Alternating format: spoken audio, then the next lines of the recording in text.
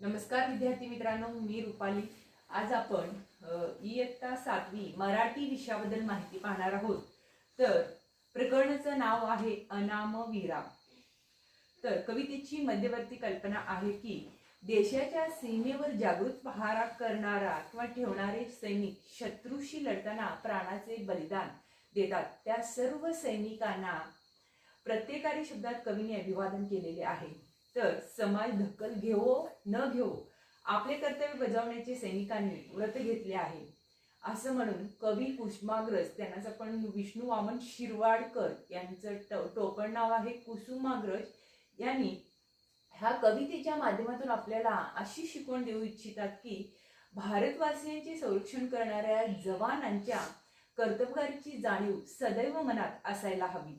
भारतीय जनतेच्या मनात सैनिकांविषयी कृतज्ञतेची भावना हवी, ही शिकवण कविता देते। तर कवितेमध्ये काही अवघड शब्द आहेत, त्याचा अर्थ आपण पहिल्यांदा पाहूयात। अनाम याचा अर्थ काय होतो? अपरिचित, माहित नसलेला। वीर म्हणजे सैनिक, जवानांना आपण म्हणतो। शिवाय जीवनांत म्हणजे जीवनाचा अंत, शेवट किंवा मृत्यू होय। त्यानंतर जळावयास्तव या हे शब्द जळण्यासाठी या अर्थाने घेतलेला आहे।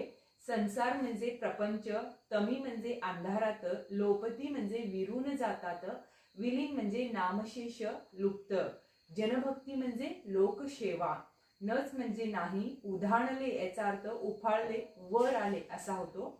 तर रियासत म्हणजे इतिहास किंवा साम्राज्य होय। नोंदले म्हणजे दाखल केले, भाट म्हणजे गायक, यशोगान याचा अर्थ यशाचे गाणे, यशोगाता, बलिदान म्हणजे प्राणार्पण किंवा प्रणाम, वंदन, तुझला म्हणजे तुझा, मृत्युंजय म्हणजे मृत्यूवर मात करणारा चिरंजीव।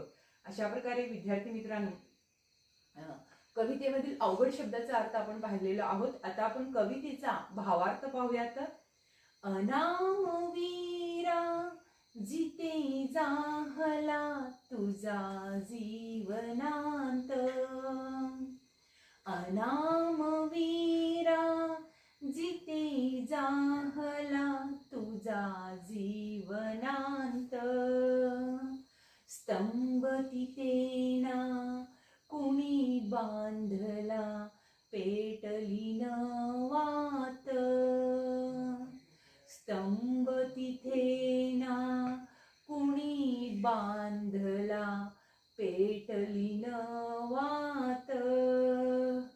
म्हणजे हे देशासाठी प्राण देणाऱ्या